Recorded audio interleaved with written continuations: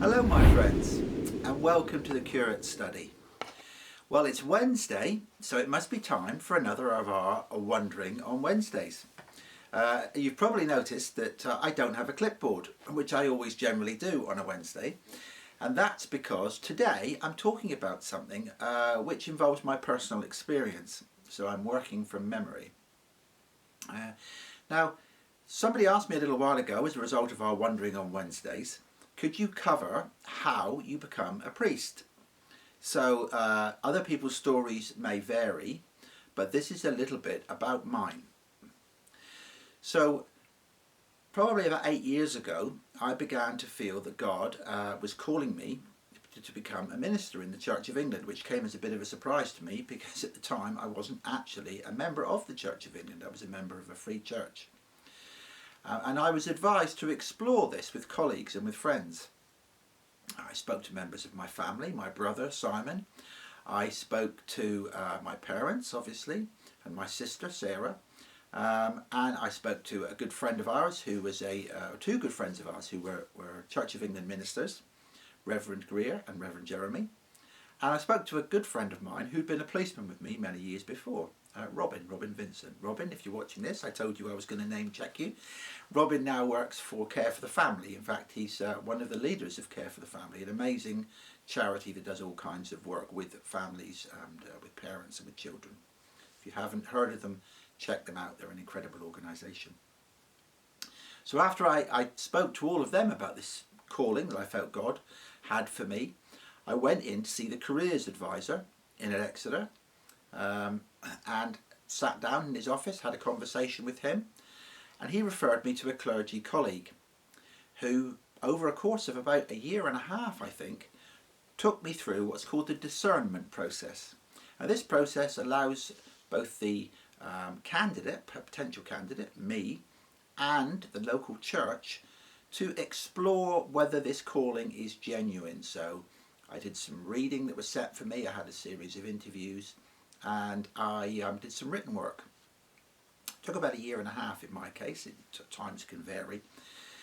And then I went to see 3 independent assessors, I suppose you would call them, who are appointed by the bishop, who interviewed me, and they were quite a rigorous process, and spoke to me about why I felt God was calling me to become a minister.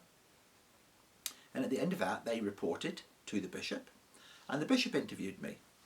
And it was quite a grilling, I can tell you actually, but it was a very, very constructive process that helped me to think very deeply about what I was intending to do. So after that process, the bishop then agreed to send me to what is called the Bishop's Advisory Panel, what is known as the BAP in shorthand. It's a sort of an extended interview. I think it lasted about 2.5 days. Mine was in Ely at a Christian retreat, where I took part in group activities with other candidates. I did some written exercises, chaired a discussion group, and then reflected on it. And the Bishop's Advisory Panel then reports back to the bishop, saying basically yes or no, whether they agree that the candidate is a potential or has potential to become a priest.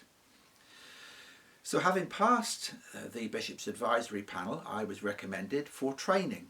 Now at that point, the decision is to go away to a theological college for perhaps 2 years to study full-time, or to study locally.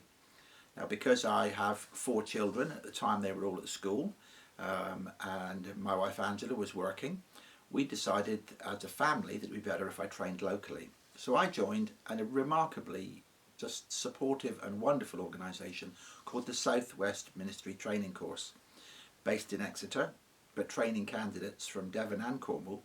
And I continued working full-time and also training part-time. So I took part in activities in my local church, but I also took evening classes and went away to residential weekends on a course that is validated by a university. Having passed that, I was then interviewed again by the bishop and recommended for ordination. So I was ordained as a deacon initially, which is a sort of a halfway point, I suppose, on the journey to priesthood if you wish to go to become a priest, but is also a particular calling in and of itself. The role of distinctive deacon is a crucially important one in our parishes. And I have colleagues who trained specifically to become deacons and are doing a remarkable job in the community. So I was ordained as a deacon. At that point I became paid. We received what's called a stipend, which is a bit like a monthly wage. And I was then fully employed by the diocese as a deacon, working within my parishes, which are the Churches for All mission community based in East Devon. I had a training incumbent, Reverend Chris Martin, not the singer from the band, but actually an even more remarkable chap who's become a great friend of mine. And spent a year as a deacon working in the parishes, being trained, getting hands-on experience, so to speak, of church life, whilst also still attending training through the Southwest Ministry training course. I was then ordained as a priest, which is what I am now. Both deacons and priests, incidentally, wear the dog collar. And I've been a priest now for coming up this September on 2 years. Theoretically, God willing, in June this year I will see the bishop, not for a final time, but for him to, having received reports on me and having received my last great chunk of written work called a portfolio, he will be happy that I've gained experience of and training in all the crucial parts that make up a priest's role.